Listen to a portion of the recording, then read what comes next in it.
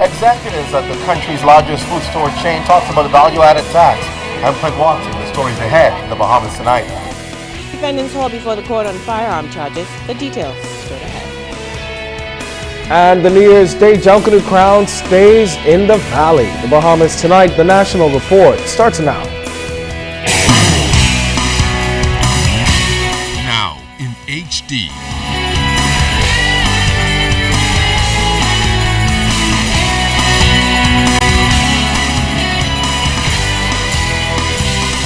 ZNS Network presents The Bahamas Tonight. This portion of the news brought to you by BTC Every Day. Good evening, everyone. I'm Candino Knowles. And I'm Charisma Robinson. It's good to have you with us. Well, despite having some technical glitches which forced the closure of one of his stores for 2 days, CEO of SuperValue Rupert Roberts says the transition to value-added tax has been pretty smooth. The head of the country's largest supermarket chain says his major concern was how customers would respond, and he indicated that so far things have been good. Well, Clint Watson sat down with the CEO and some of his team members to discuss how the tax works in his chain of stores, and also what the Minister of State for Finance is saying about revenue collection. CEO of SuperValue Rupert Roberts says one of his stores had to be closed because it was charging customers 10%, although printing 7.5% on the receipt. However, a decision was made to resort back to its original systems, even though that same store the following day charged nothing for VAT. People were shopping. I didn't expect.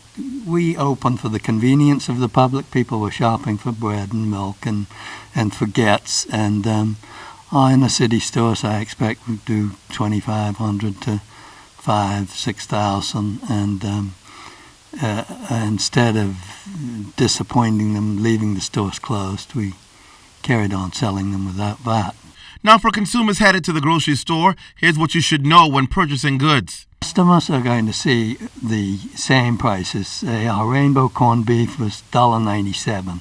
They're going to come in and find that's still $1.97. And when they get to the cash register, 7.5% will be added to their tape. Every item's vatable. Okay, that's yeah. Okay. And that's what the merchants fought for, because anything else would have been a total nightmare.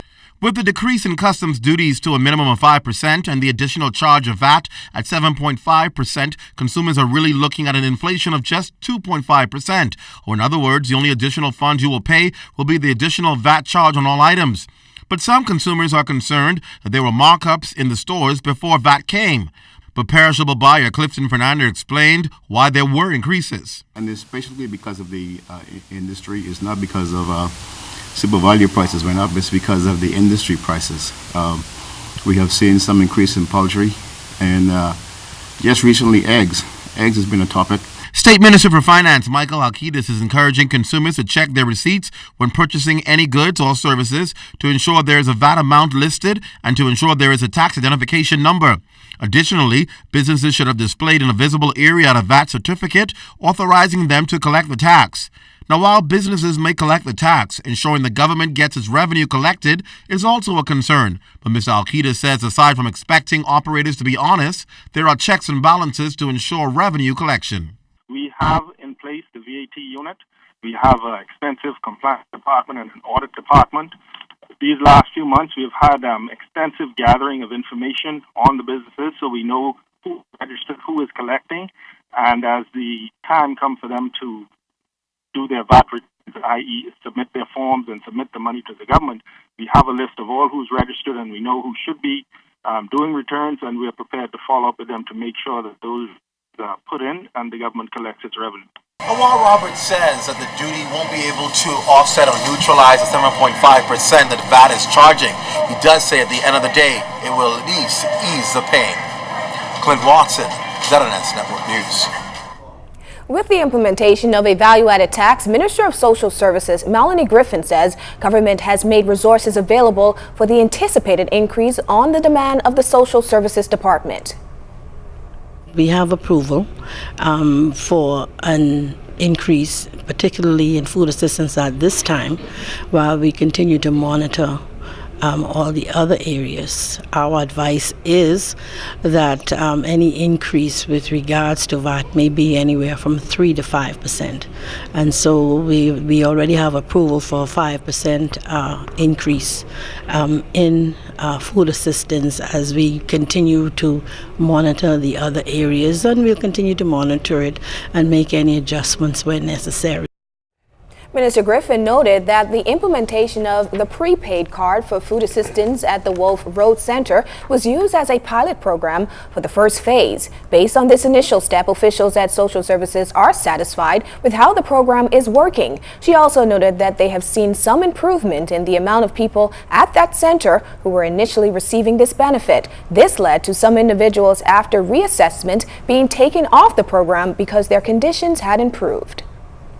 Initially, there were 922 or 900 plus persons who were receiving food assistance.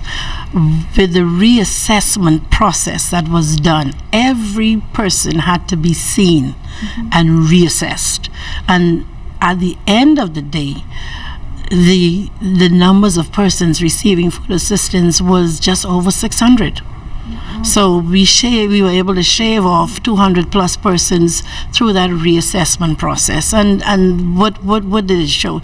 It showed that there were some persons whose situation had changed since when they first began to receive the food assistance. And so when their situations changed, of course, they didn't advise us, and so but now we were able to determine, and so those persons were taken off the program. A man arraigned on an indecent assault charge. And see what the Humane Society gave away this week. You're watching The Bahamas Tonight. This segment of the news is brought to you by Shell Quality Fuels.